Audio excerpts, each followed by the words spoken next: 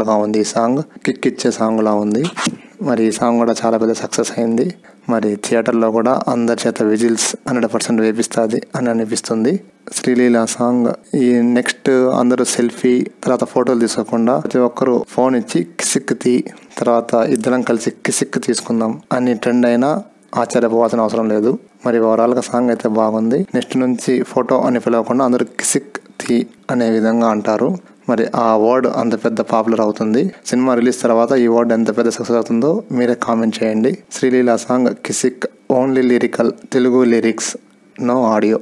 Thanks for watching.